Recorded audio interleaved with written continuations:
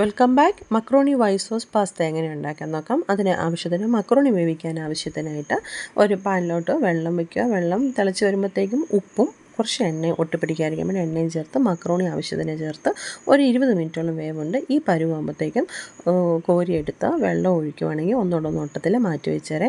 ഒരു പാൻ എടുക്കുക, അതിലോട്ട് ആവശ്യത്തിനുള്ള ബട്ടർ ചേർക്കുക, 4-5 അല്ലി വെളുത്തുള്ളി ചേർത്ത് പൊടിയായിട്ട് അരിഞ്ഞ് ജസ്റ്റ് ഒന്ന് വാട്ടുക. വാട്ടിയതിന് ശേഷം അതിലോട്ട് സവോളയും ക്യാപ്സിക്കവും ചേർത്ത് ഒത്തിരി മൂപ്പിക്കരുത്, ജസ്റ്റ് ഒന്ന് വാട്ടി കിട്ടിയാൽ മതി.